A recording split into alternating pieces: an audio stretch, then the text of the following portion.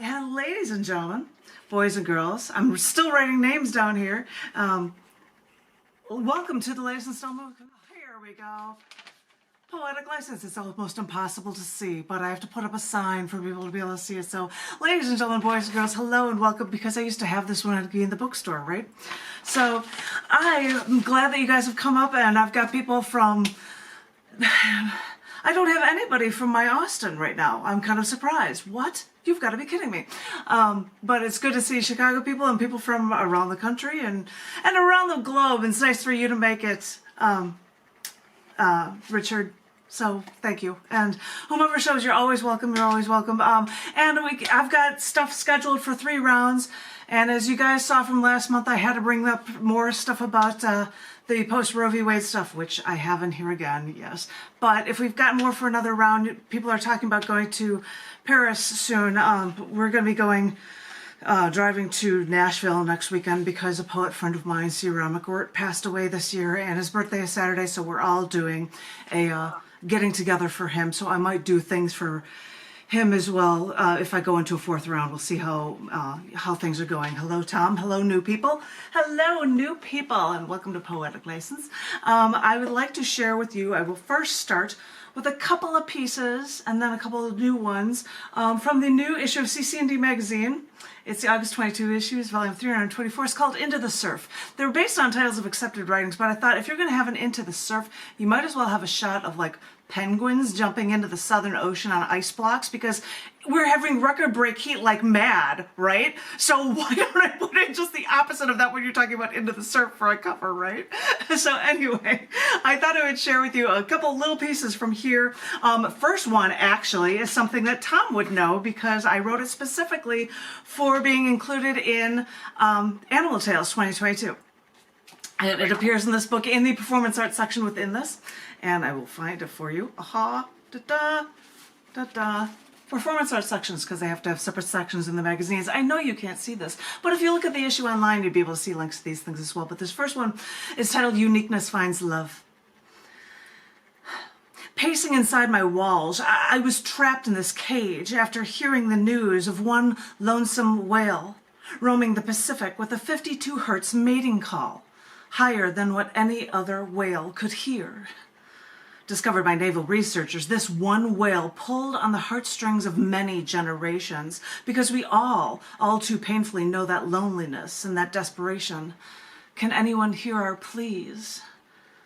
Pandemics force us into isolation, which further restricts any chance for connection. Days become years as we are forced into this separation, and we suddenly now connect to this one lonesome whale. So in our new isolation, we sit in our boxes, type questions into our internet corporate big brother, and realize that we're not alone in loss, as newspapers share, musicians croon, and researchers search to no avail, until they found audio records of that one singular sound in 2 places. There was another. Without finding the whale, they instead found hope that no matter who you are, no one is truly alone. Thank you, Tom.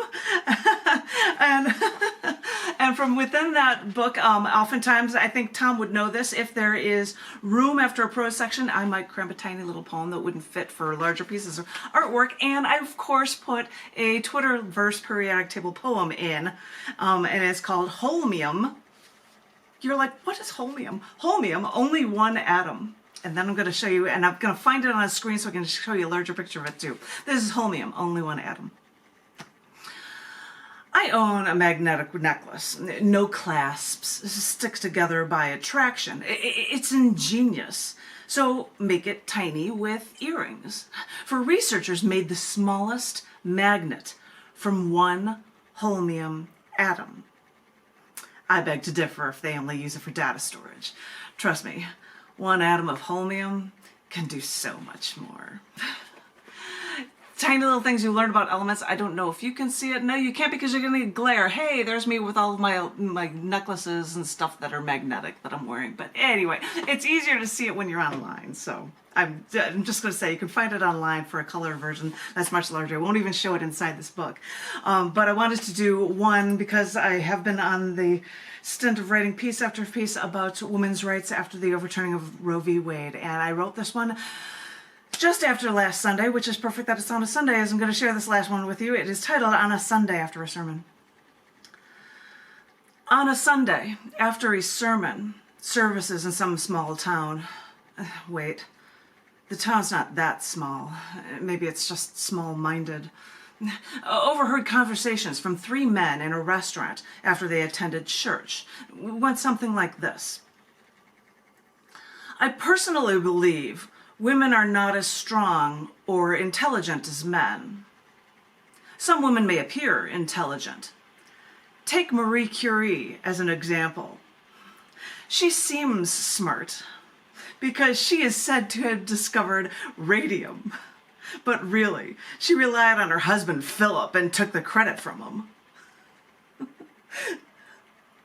This church-going man from that somehow small town also said something about the fact that the French are not that smart either. Fuming in my seat, I wanted to be able to strut over to his booth with, her husband's name is Pierre, and if it were Philip, it would be Philippe.